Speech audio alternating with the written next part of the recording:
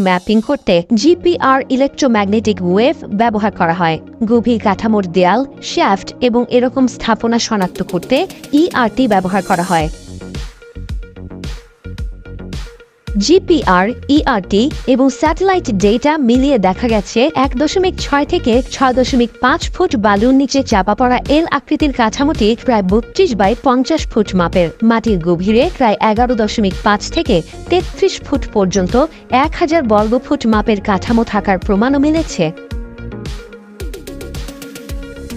অগভীর এল আকৃতির কাঠামোটি বালি দিয়ে ভরা ছিল। গবেষকদের মতে এটি মাটির আরও গভীরে থাকা সমাধিতে যাওয়ার পথ ছিল। প্রাচীন মিশরীয়রা প্রায়ই সমাধির প্রবেশপথ আটকে দিত, যেন যে কেউ চাইলেই সেখানে ঢুকতে না পারে।